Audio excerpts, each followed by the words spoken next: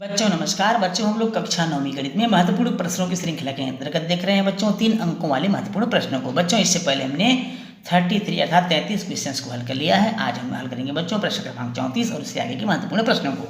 तो चलिए बच्चों देखते हैं प्रश्न क्रमांक 34। प्रश्न है, दिए गए चित्र में यदि x बड़ा है y से तो सिद्ध कीजिए कि MP बड़ा है NP। चित्र आपको स्क्रीन पर दिखाई दे रहा है बच्चों, चित्र का अवलोकन करिए। चित्र में x बड़ा है y से, x बड़ा है किससे? y से। तो आपको बताना है क्या MP बड़ा होगा NP से। तो चलिए बच्चों इसको हल करते हैं। प्रश्न में दिया है, क्या दिया है बच्चों? x बड़ा है y से, ये हमको प्रश्न में दिया हुआ है। x बड़ा है y से, अब हम इसको हम ऐसा भी लिख सकते हैं, अर्थात 180 ऋण x छोटा होगा कोण PNM से। ध्यान से देखिए बच्चों, PNM से, क्योंकि यहाँ पर x 180 को घटा देते हैं तो PNM से छोटा हो जाएगा। अब जब PNM से छोटा होगा अर्थात 180 ऋण y से छोटा होगा। 180 ऋण y से दोनों पक्षों में हमने 180 घटा दिया है, यहाँ पहले पक्ष में भी और दूसरे पक्ष में भी, अर्थात 180 ऋण x मतलब हो जाएगा कोण PNM छोटा है कोण P, यहाँ पर हो जाएगा PMN। यहाँ पर सुधार लीजिएगा बच्चों, यहाँ लिखेंगे कोण PMN। ध्यान से देखेंगे PMN छोटा होगा, किससे छोटा होगा? कोण PNM से। यहाँ पर PNM लिखा हुआ, PNM से छोटा होगा। अर्थात कहने का मतलब है कि कोण PNM बड़ा होगा PMN से, बड़ा होगा। अर्थात जब बड़ा होगा, और आपको मालूम होना चाहिए बच्चों कि बड़े कोण की समभुजा बड़ी होती है, बड़े कोण की समभुजा बड़ी होती है। अर्थात PNM बड़ा है तो भुजा MP बड़ा होगा, किससे? PMN अर्थात भुजा NP से। यहाँ पर हम लिखेंगे बच्चों, चूंकि बड़े कोण की सम्मुख भुजा, यहाँ लिख लेंगे आप, बड़े कोण की सम्मुख भुजा बड़ी होती है। क्या होती है? बड़ी होती है।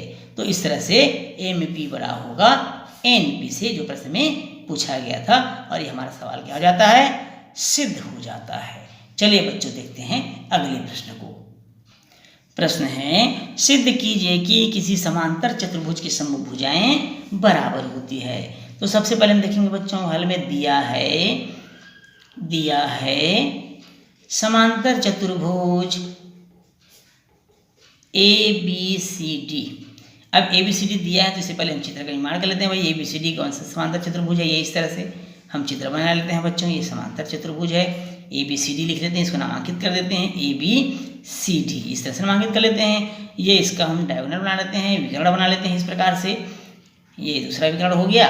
अब इनके बीच बनने वाले कोण हो गए, ये कोण बराबर होगा इस कोण के एकांतर कोण से, और यह कोण बराबर होगा इस कोण के एकांतर कोण से, और ये कोण तो बराबर ही होंगे इस कोण से।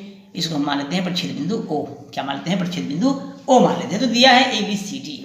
सिद्ध क्या करना है बच्चों? हमको सिद्ध करना है कि भुजाएं बराबर होती है, समभुज भुजाएं बराबर होती है। अर्थात AB बराबर CD व, देखिए बच्चों, AB बराबर CD व AD बराबर BC। ये हमको सिद्ध करना है कि समभुज भुजाएं समान होती है। हमने रचना किया था बच्चों, और रचना हमने क्या किया था? A और C को मिलाया था, BD व AC को मिलाया था।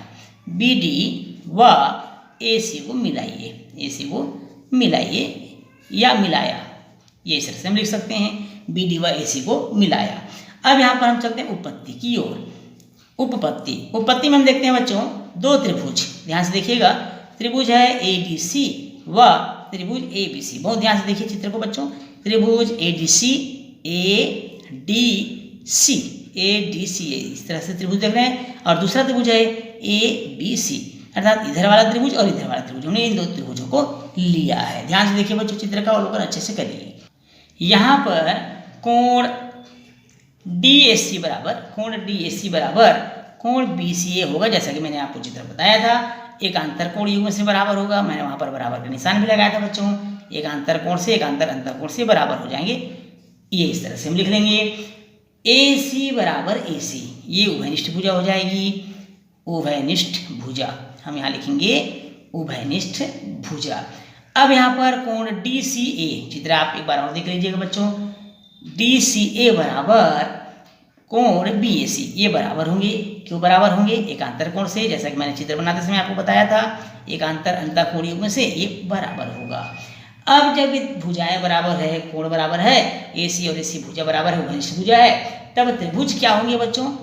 त्रिभुज जो होगा वो सर्वांग सम होगा, अर्थात ADC त्रिभुज जो हमने लिया था ये त्रिभुज सर्वांग सम होगा त्रिभुज ABC के। और जब त्रिभुज सर्वांग सम होंगे तो सभी भुजाएं क्या होंगी? आपस में बराबर होंगी, अर्थात यहाँ पर नियम लग गया बच्चों, को भू को, कोण भुजा कोण, ये प्रमेय लगा हुआ है यहाँ पर, को भू को प्रमेय लग गया है, अर्थात सभी भुजाएं बराबर होगी।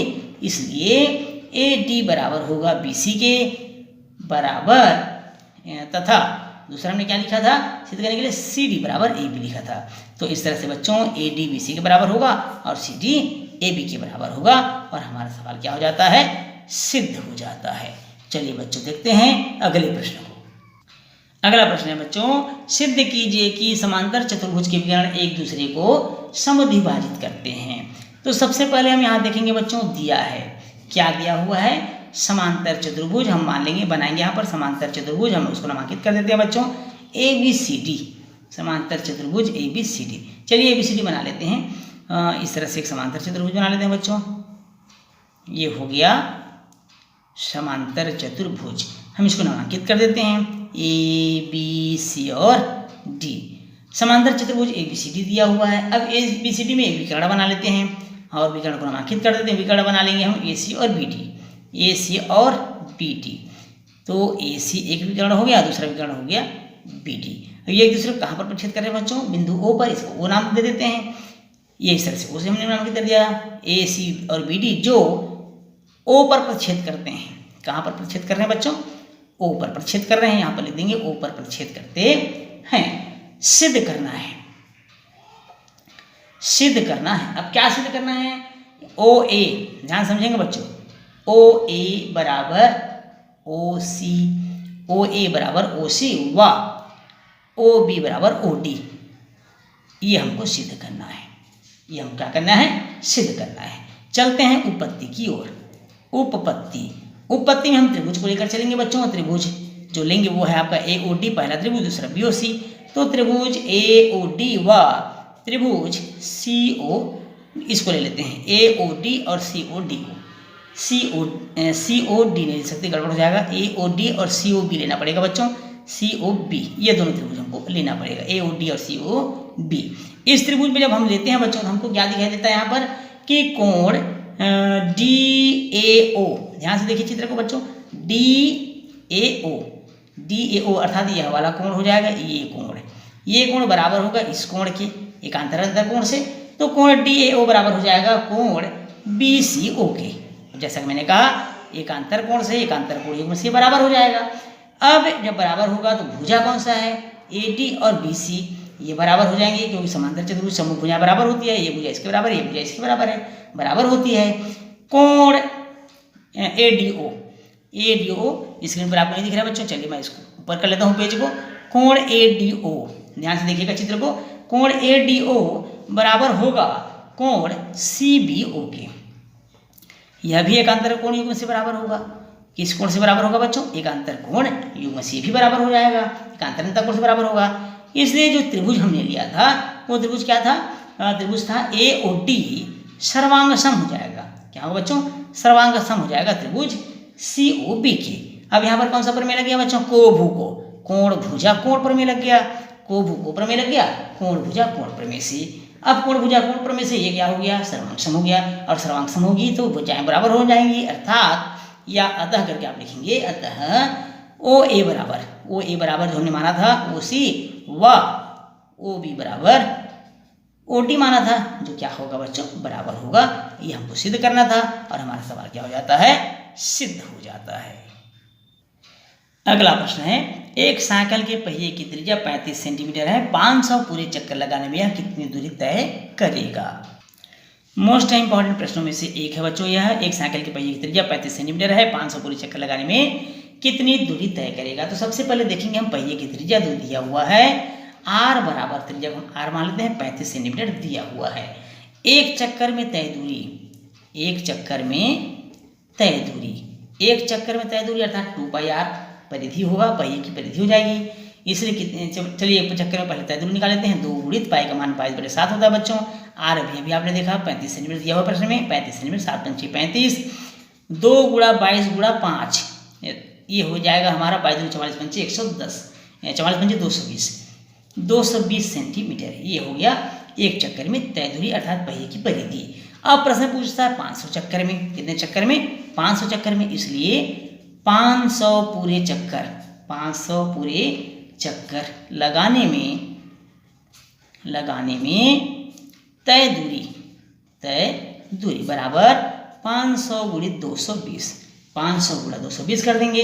अब 220 का गुणा 500 से करेंगे बच्चों तो हमको कितना प्राप्त होगा, जल्दी फटाफट गुणा कीजिए। हमको प्राप्त हो जाएगा 1,10,000 सेंटीमीटर हमको प्राप्त हो जाएगा।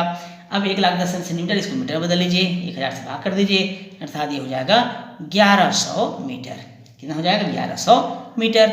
फिर 1000 से भाग कर देंगे तो किलोमीटर में 1.1 किलोमीटर भी हो जाएगा। अब हम मीटर में ही निकाल लेते हैं इसका आंसर, 1100 मीटर इसका क्या हो जाएगा, आंसर हो जाएगा। अर्थात पहिया 500 पूरा चक्कर लगाने में 1100 मीटर की दूरी तय करेगा। ये इस प्रश्न क्या हो जाएगा बच्चों, आंसर हो जाएगा। बच्चों इस प्रश्न के साथ ही आज की क्लास ही समाप्त होता है। वीडियो अच्छा लगे तो वीडियो को लाइक और शेयर करिएगा। यदि आप चैनल में नए तो चैनल को सब्सक्राइब करना बिल्कुल नहीं भूलिएगा। बच्चों आपसे फिर मुलाकात होगी अगली क्लास में नए प्रश्नों के साथ, तब तक के लिए नमस्कार।